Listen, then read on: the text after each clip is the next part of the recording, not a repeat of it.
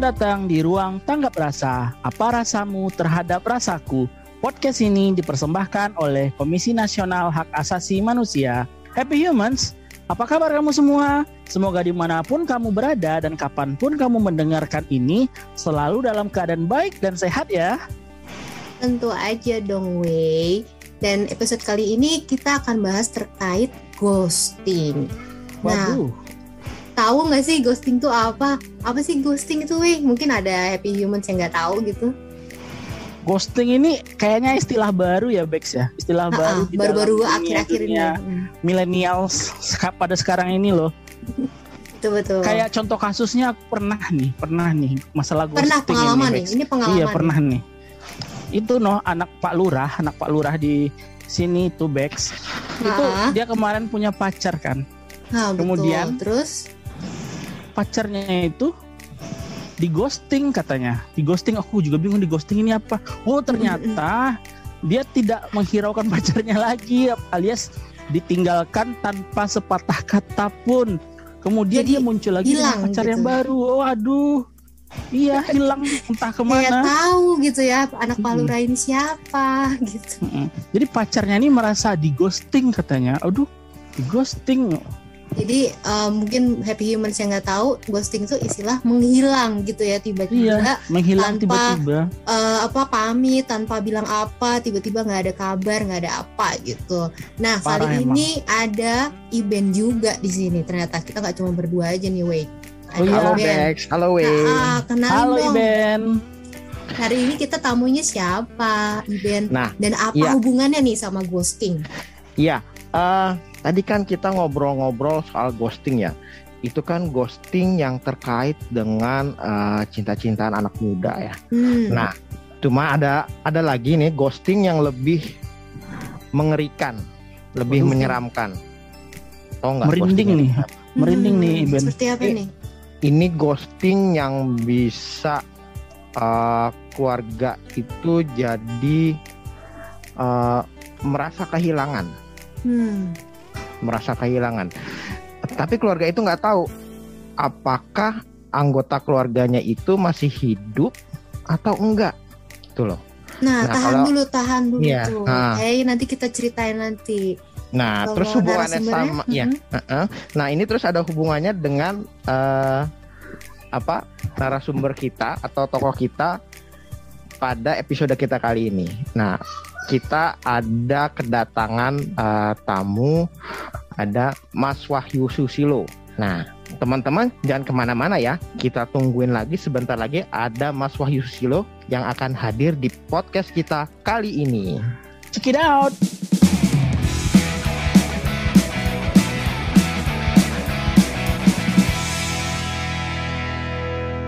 Ya, tadi saya udah bilang bahwa kita kedatangan tamu, ada Mas Wahyu Susilo bersama kita kali ini. Nah, Mas Wahyu Susilo ini sebenarnya adalah keluarga dari korban ghosting, atau kalau di hak asasi manusia itu kita sebutnya penghilangan orang secara paksa. Nah, Mas Wahyu Susilo, gimana kabarnya Mas Wahyu Susilo? Ya, baik. Teman-teman. Ya, kesibukan belakangan ini apa ya Mas Susilo? Ya tentu kan karena masa pandemi ya, jadi ya tentu kita lebih banyak melakukan aktivitas di rumah. Tapi meskipun itu kita tentu selalu melakukan kerja-kerja advokasi ya. Kebetulan kalau saya kan sehari-hari kerja untuk advokasi soal pekerja migran, juga advokasi isu-isu hak asasi manusia yang lain. Misalnya kita juga dorong sebenarnya anak-anak muda Indonesia itu peduli dengan bukan hanya lingkungan di Indonesia, tapi lingkungan di sekitar, di kawasan ya. Misalnya isu Myanmar ya. Isu Myanmar ini kan di Indonesia ternyata yang paling dinamis itu adalah teman-teman muda ya, dengan MIKTI Alliance itu yang bersama teman-teman muda dari negara terutama di kawasan Asia Tenggara. Begitu. Siap, Mas. Iya. Ya. Mas Wahyu Susilo, di sini kita juga bareng ada Bex sama Wei, tapi kita mungkin tidak berbicara mengenai buruh migran dulu kali ini, tapi kita mungkin lebih berbicara tadi soal penghilangan orang secara paksa. Bex, persilakan Mbak Bex, silakan. Kayaknya kan kita tuh hari ini tuh nggak kebetulan ya, karena kemarin itu ada hari yang penting ya, Mas Wahyu. Ya. Karena adalah ulang tahun dari Mas Wiji Tukul tanggal 26. Ini kita rekaman tanggal 27 Agustus. Kemarin itu adalah tanggal 26 Agustus dan kebetulan juga besok atau berapa hari lagi tuh 30 Agustus adalah hari anti penghilangan paksa. Jadi kayaknya pas banget ya momennya nih untuk kita ngebahas tema ini hari ini gitu. Coba boleh diceritain nggak? Kan kalau ghosting itu istilah zaman sekarang, zaman anak-anak now gitu kan, untuk orang-orang yang menghilang secara tiba-tiba. Nah, kalau apa yang dialami sama Mas Wahyu Susilo waktu dulu itu dengan peristiwa dari Mas Wiji Tukul itu seperti apa yang diingat saat itu? Iya, saya kira memang tentu tidak tiba-tiba peristiwa penculikan itu atau ghosting itu terjadi ya. Sekira antara tahun 98, tapi ada background atau latar belakang yang saya kira memang itu menggambarkan situasi Indonesia di masa kelam ya, kalau menurut saya. Makanya kan kalau teman-teman juga di Komnas HAM atau teman-teman aktivis hak asasi yang lain itu kasus ghosting ini adalah pelanggaran HAM masa lalu. Jadi memang harus melihat setback ke belakang, di mana misalnya aktivitas-aktivitas yang dianggap mengancam keselamatan negara waktu itu, Orde Baru kalau kita menamakan itu ya, pelakunya tentu juga akan menghadapi represi, menghadapi ancaman. Nah, salah satu yang memang kemudian terbukti ya, itu adalah kasus ghosting atau penghilangan paksa seperti itu.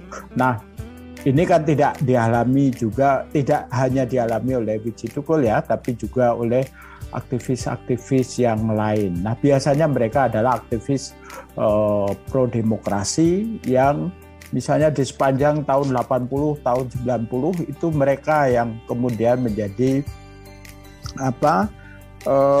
pelopor dari gerakan melawan Orde Baru ya, bukan hanya mahasiswa. Jadi karena waktu itu ada pengorganisasian di tingkat pabrik pada rakyat-rakyat yang tanahnya tergusur seperti itu. Nah, ini yang sebenarnya membedakan gerakan anti Orde Baru pada saat-saat sebelumnya itu lebih banyak dipelopori oleh mahasiswa. Ketika kampus dikuasai ya sudah, gerakannya selesai. Tapi kemudian pada dekade 80-an 90-an itu gerakan melawan Orde Baru itu tidak hanya dilakukan oleh kelompok-kelompok elit ya, misalnya mahasiswa saja, tetapi juga sudah masuk ke menjadi gerakan rakyat, gerakan buruh, gerakan tani, seperti itu. Dan ini menggulir bagai bola salju. Nah, itu yang kemudian ditakutkan oleh rezim Orde Baru pada waktu itu, sehingga pada saat puncak perlawanannya kan ada milestone-nya ya, ada tapak jejaknya itu, misalnya pada peristiwa 27 Juli 96. Nah, itu sebenarnya awal dari kasus penghilangan paksa. Itu kan terjadi peristiwa penyerbuan pada kantor PDI waktu itu. Dan kemudian itulah menjadi trigger bagi rezim Orde Baru mengkambing hitamkan. Waktu itu adalah Partai Rakyat Demokratik, di mana Wiji Tukul berafiliasi pada organisasi yang memang secara terang-terangan melawan Orde Baru tersebut. Jadi saya kira memang langkah penghilangan paksa, penculikan atau ghosting ini adalah langkah untuk menghentikan sebenarnya gerakan rakyat yang makin menjadi bola salju dan itu tidak tertahan lagi meskipun misalnya kasus penghilangan paksa itu terjadi dialami oleh bukan hanya oleh Widji Tukul tapi juga oleh belasan aktivis pro demokrasi yang lain. Gerakan perlawanan terhadap Orde Baru itu terus bergulir hingga kejatuhan Soeharto seperti itu.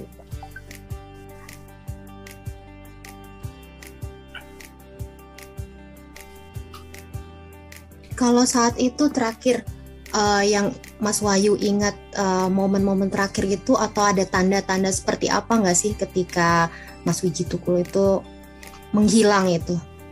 Ya sebenarnya pasca peristiwa 27 Juli 96 itu saya pun juga menjadi bagian ya dari gerakan anti Orde Baru seperti itu ya. Pasca peristiwa itu hampir semua aktivis itu setiap malam tidurnya berpindah-pindah gitu ya. Berpindah-pindah menghindari penyergapan itu. Waktu itu saya tinggal di kantor ya. Waktu itu saya masih doktor, program mondok di kantor. Waktu itu saya kerja di satu NGO perempuan, Solidaritas Perempuan. Tapi setelah peristiwa 27 Juli saya tidak tidur terus-menerus di kantor. Saya berpindah-pindah dan awal Agustus saya ingat itu Mas Tukul itu nyampe ke Jakarta karena rumahnya udah digerebek waktu itu. Rumahnya digerebek, kemudian saya mengantarkan ke satu tempat di Bojonggede, kemudian kita berpindah-pindah tempat seperti itu sampai ketika misalnya waktu itu misalnya Budiman Sujatmiko ketangkap, Petrus Haryanto ketangkap, Wilson ketangkap, merasa bahwa Jawa ini tidak aman gitu ya, sehingga ada fase di mana kemudian Tukul harus mengungsi ya ke Kalimantan. Kalau teman-teman bisa atau pernah melihat film Istirahatlah Kata-Kata, itu saya kira satu sekuen di mana ada proses menghilangkan diri sebenarnya waktu itu, menghilangkan diri dari kejaran aparat waktu itu yang represif ke Kalimantan dengan berbagai macam penyamaran. Dan saya pun sebenarnya di akhir Agustus 96 juga mengalami represi. Saya ditangkap. Waktu itu saya terpaksa harus tidur di kantor karena menyiapkan kegiatan, tapi saya ditangkap. Ya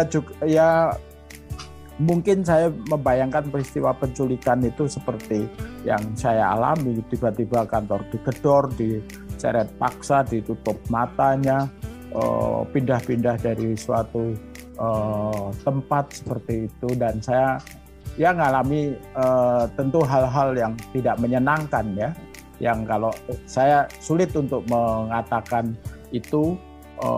Saya bisa membayangkan ya teman-teman lain itu mengalami dalam jangka waktu yang panjang. Saya mengalami mungkin sekitar 30 jam saja, itu kengeriannya begitu dahsyat ya. Saya dikembalikan, apalagi misalnya teman-teman yang kemudian misalnya teman-teman PRD kayak Budiman, kayak Petrus, kayak Wilson, kayak yang lain itu mengalami penyiksaan yang lebih mengerikan sampai dia diadili. Mas Wahyu, tadi kan Mas Wahyu cerita soal hari-hari terakhir bersama Mas Widji Tukul ya. Nah, kemudian Happy Human juga sebenarnya ingin tahu, mungkin kita sebalik ya, kondisi keluarga saat itu seperti apa ya? Karena kan Mas Widji Tukul ini juga meninggalkan seorang istri dan anak-anaknya ya. Nah, itu kondisinya itu seperti apa ya untuk keluarganya ini? Ya, saya kira pasca peristiwa 27 Juli itu mungkin selang 2 atau 3 hari setelah Sarwan Hamid bilang bahwa dalang kerusuhan itu adalah Partai Rakyat Demokratik, itu rumah di Solo itu grebek ya. Buku-buku perpustakaan, koleksi kaset, beberapa koleksi bacaan-bacaan itu dirampas, sampai sekarang itu juga belum kembali. Nah, saya sama Mas Tukul itu dulu kolektor kaset Iwan Fals, itu sampai sekarang juga belum kembali. Nah, kemudian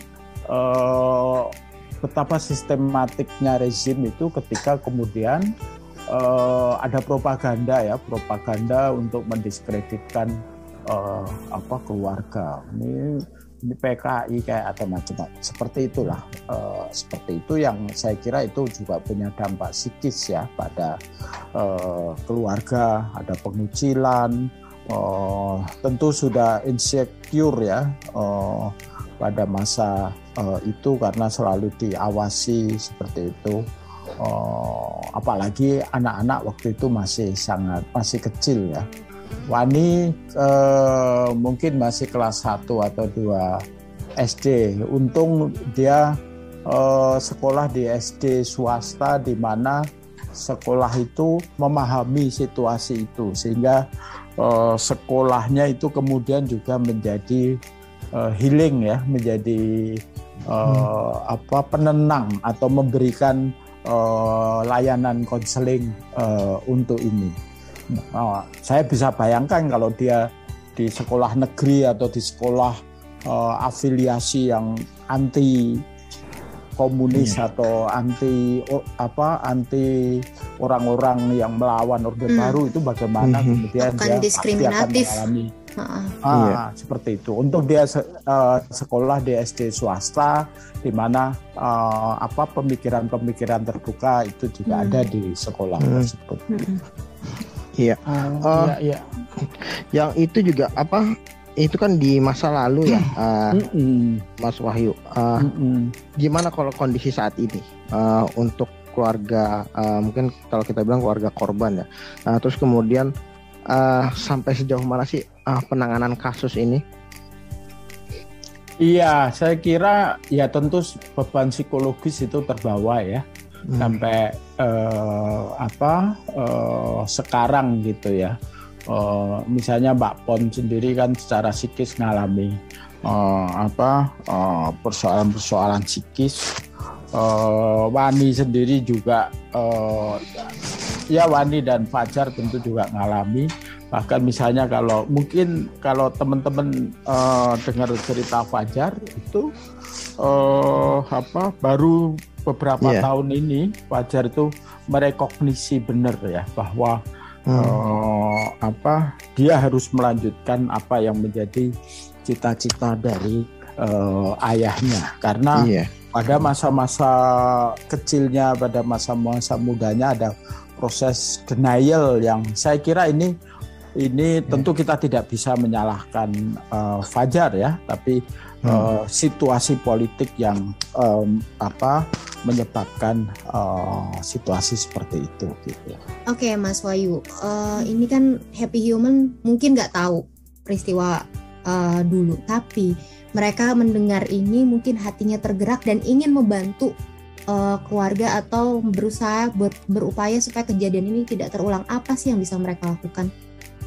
Iya, saya kira kan sekarang ini kan pemerintah sedang kalau di pidato Menlu awal tahun 2021 ini akan membuat peta jalan agar Indonesia meratifikasi konvensi penghilangan paksa ya, konvensi anti penghilangan paksa. Nah, itu wujud Indonesia berkomitmen juga untuk mengakhiri praktek-praktek ghosting ini di Indonesia. Nah, saya kira agar juga pemerintah kita itu kan suka janji tapi kemudian lupa untuk merealisasi gitu ya. Saya mungkin mengajak teman-teman muda Happy Human juga untuk terus mengingatkan pemerintah untuk menuntaskan ya pelanggaran HAM masa lalu. Nah, salah satu caranya adalah juga mengingatkan bahwa harus segera meratifikasi konvensi anti penghilangan paksa yang memang pada tahun ini itu sudah mulai dirancang peta jalannya untuk menuju ratifikasi instrumen seperti itu. Ini kan juga wujud dari komitmen pemerintah Indonesia itu pada kepatuhan instrumen HAM internasional seperti itu. Setuju, suara rakyat itu penting ya Mas Wahyu ya? Yap.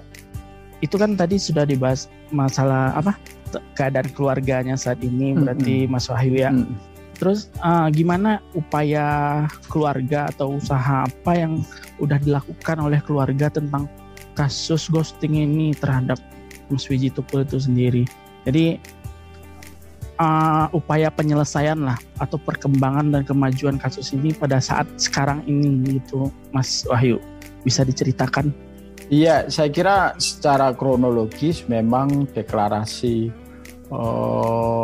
Wijitukul sebagai orang hilang itu waktu itu agak lambat ya, mungkin baru tahun 2000 ya, karena memang waktu itu menunggu konfirmasi berbagai langkah yang dilakukan setiap pihak ya. Waktu itu ada pihak dari teman-teman PRD, ada teman-teman Kontras, ada teman-teman yang lain juga gitu ya. Ketika kemudian dipastikan jejaknya tidak ada, saya ingat mungkin baru bulan Maret 2020 tahun 2000 bukan 2020, tahun 2000 itu dinyatakan bahwa dari berbagai investigasi yang dilakukan memang benar-benar nggak ada jejaknya. Kemudian memang dilaporkan ya sebagai kasus orang hilang di kepolisian, dan kita tahu bukan hanya kasus Tukul kan, kasus 13 orang yang hilang bersama dia, misalnya kayak Herman, kayak Bimo, kayak Hamdan atau kayak yang lain juga itu ya sampai sekarang nggak ada kelanjutannya ya, itu kalau langkah-langkah melalui jalur kepolisian. Tapi juga tentu ada langkah-langkah lain yang dilakukan, tentu jalur politik lah, karena ini kan sebenarnya peristiwa politik. Jadi ya memang jalur politik tentu adalah jalur yang dipakai. Misalnya dengan mendesak DPR lah untuk menindaklanjutin sebenarnya laporan yang sudah disubmit oleh Komnas HAM. Kan Komnas HAM juga punya waktu itu TGPF ya, saya waktu itu juga diwawancara untuk ini sebagai paket kasus pelanggaran HAM masa lalu. Nah, sebenarnya Komnas HAM merasa bahwa kasus ini lengkap, harus maju ke pengadilan, tapi saya kira teman-teman Komnas HAM itu lebih tahu ya mengapa kasus ini kayak pingpong bolak-balik sampai sebenarnya juga DPR mengeluarkan rekomendasi bahwa kasus ini memang harus diselesaikan baik secara hukum. Bagaimana misalnya pelanggaran hak asasi manusia, bukan hanya kasus ghosting ya, kasus 98 itu kan korbannya ribuan gitu ya, ada yang meninggal, ada yang diperkosa, ada yang mana, kok sampai sekarang itu entitas pelaku yang signifikan itu nggak pernah ada, itu nggak pernah diadili seperti itu saya kira pertanyaan besar, dan itu juga menjadi penanda bahwa perjuangan untuk menuntaskan kasus pelanggaran HAM masa lalu, salah satunya kasus ghosting, itu juga harus terus dilakukan ya. Misalnya juga teman-teman yang setiap Kamis itu melakukan kamisan. Itu langkah untuk melawan rupa ya dari kasus pelanggaran HAM masa lalu seperti itu.